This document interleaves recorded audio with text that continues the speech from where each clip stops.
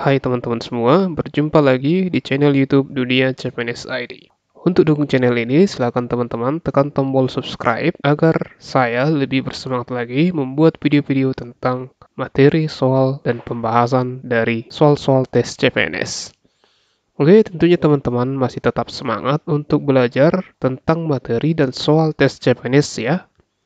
Oke, pada kesempatan kali ini kita akan membahas tentang makna dan pokok pikiran dari pembukaan Undang-Undang Dasar 1945.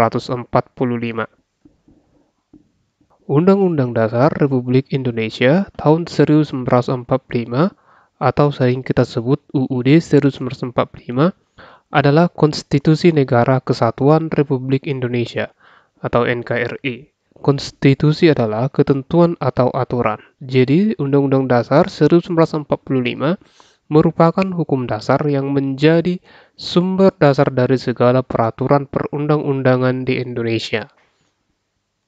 PPKI atau Panitia Persiapan Kemerdekaan Indonesia telah menetapkan sistematika Undang-Undang Dasar 1945 terdiri dari 3 bagian.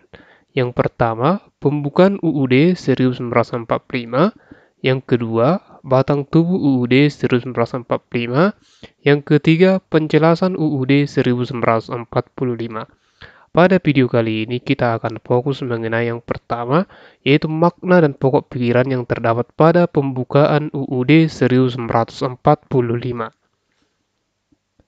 Pembukaan UUD 1945 ini memuat hal-hal penting bagi bangsa Indonesia. Jadi segala aturan yang akan diterbitkan pemerintah itu berlandaskan dari UUD 1945.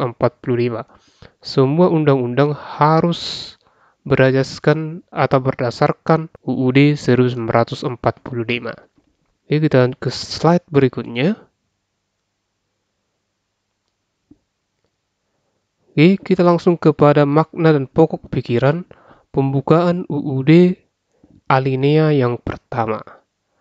Adapun isi dari pembukaan alinea yang pertama Undang-Undang Dasar 1945 berbunyi bahwa kemerdekaan itu ialah hak segala bangsa dan oleh sebab itu maka penjajahan di atas dunia harus dihapuskan karena tidak sesuai dengan pri kemanusiaan dan pri keadilan. Nah, apa sajakah makna dari pembukaan UUD alinea yang pertama ini? Kita lihat. Yang pertama adalah keteguhan bangsa Indonesia dalam membela kemerdekaan melawan penjajah dalam segala bentuk. Itu yang pertama. Yang kedua, yaitu pernyataan subjektif bangsa Indonesia untuk menentang dan menghapus penjajahan di atas dunia. Yang ketiga adalah pernyataan objektif bangsa Indonesia penjajah tidak sesuai dengan peri kemanusiaan dan peri keadilan. Lalu yang keempat adalah pemerintahan Indonesia mendukung kemerdekaan bagi setiap bangsa Indonesia untuk berdiri sendiri. Itu dia makna yang terkandung dalam pokok pikiran pembukaan UUD alinea yang pertama, yaitu menentang penjajahan dan menghapus penjajahan di seluruh dunia. Oke, kita lanjut ke pokok pikiran pembukaan UUD untuk alinea yang kedua. Oke, pada pembukaan UUD 1945 alinea yang kedua berbunyi, dan pergerakan kemerdekaan Indonesia telah sampailah kepada saat yang berbahagia dengan selamat sentosa mengantarkan seluruh rakyat Indonesia ke depan pintu gerbang kemerdekaan negara Indonesia yang merdeka, bersatu, berdaulat, adil, dan makmur. Nah, apa saja makna dan pokok pikiran yang terkandung dalam alinea kedua ini? Kita lihat sama-sama. Jadi, pada alinea kedua ini mempunyai makna bahwa hal tersebut membuktikan adanya penghargaan atas perjuangan bangsa Indonesia selama ini dan menimbulkan kesadaran bahwa keadaan sekarang tidak dapat dipisahkan dengan keadaan kemarin, dan langkah sekarang akan menentukan keadaan yang akan datang. Nilai-nilai yang tercermin dalam kalimat pada alinea kedua adalah negara Indonesia yang merdeka, bersatu, berdaulat, adil, dan makmur. Hal ini yang perlu diwujudkan sampai kapanpun. Oke, itu merupakan makna dan pokok pikiran dari alinea kedua. Kita lanjut ke alinea yang ketiga. Oke, adapun makna dan pokok pikiran yang terkandung dalam UUD 1945 alinea ketiga. Pertama sekali, kita lihat apa isi dari pembukaan UUD 1945, yaitu alinea yang ketiga. Atas berkah rahmat Allah yang Maha Kuasa, dan dengan dorongkan oleh keinginan luhur supaya berkehidupan kebangsaan yang bebas, maka rakyat Indonesia dengan ini menyatakan kemerdekaannya.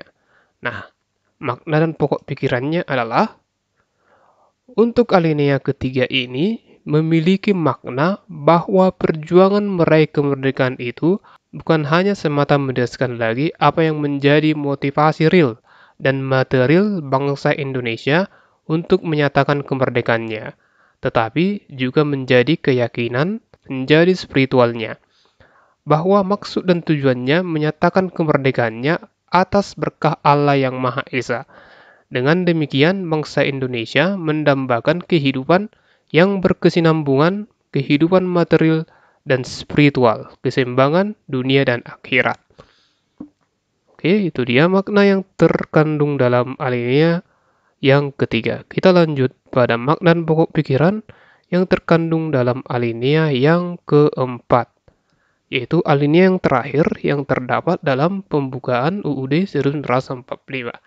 Oke, adapun bunyi yang terdapat dalam alinea keempat adalah, kemudian daripada itu, untuk membentuk suatu pemerintahan negara Indonesia dan untuk memajukan kesejahteraan umum, mencerdaskan kehidupan bangsa, dan ikut serta melaksanakan ketertiban dunia yang berdasarkan kemerdekaan, perdamaian abadi, dan keadilan sosial. Maka disusunlah kemerdekaan kebangsaan Indonesia yang terbentuk dalam suatu susunan negara Republik Indonesia yang berkedaulatan rakyat dengan berdasarkan kepada ketuhanan yang Maha Esa, kemanusiaan yang adil dan beradab, persatuan Indonesia, kerakyatan yang dipimpin oleh hikmat, kebijaksanaan dalam permusyawaratan perwakilan, keadilan sosial bagi seluruh rakyat Indonesia.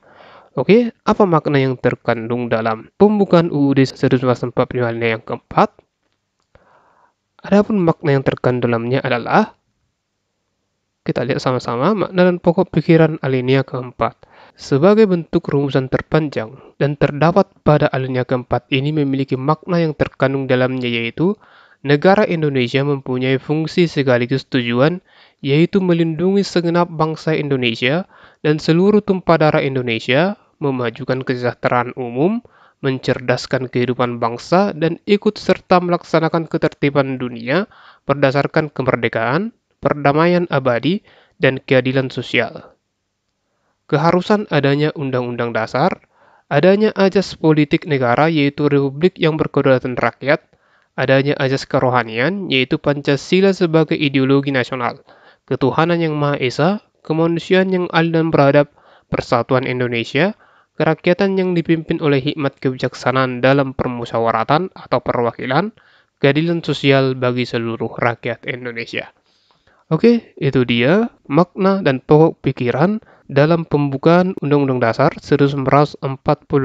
Oke, kali ini saya akan memberikan soal. Silahkan teman-teman menjawabnya di kolom komentar. Adapun soal latihannya adalah sebagai berikut. Berikut yang bukan makna dari pembukaan UUD 1945, alinea pertama adalah: A. Keteguhan bangsa Indonesia dalam membela kemerdekaan melawan penjajah dalam segala bentuk.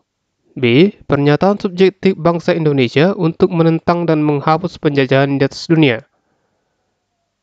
C. Keharusan adanya Undang-Undang Dasar. D. Pernyataan objektif bangsa Indonesia, penjajah tidak sesuai dengan peri kemanusiaan dan peri keadilan. E. Pemerintah Indonesia mendukung kemerdekaan bagi setiap bangsa Indonesia untuk berdiri sendiri. Oke, silakan teman-teman menjawab soal latihan ini di kolom komentar. Kita akan koreksi bersama-sama. Oke, soal latihan yang kedua adalah,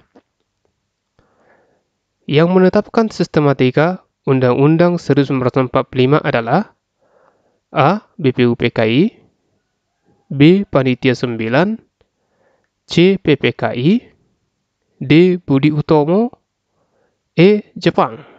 Oke, sekali lagi, teman-teman menuliskan jawabannya di kolom komentar. Oke, demikian dulu video kali ini. Tetap semangat dan sampai jumpa lagi di video selanjutnya.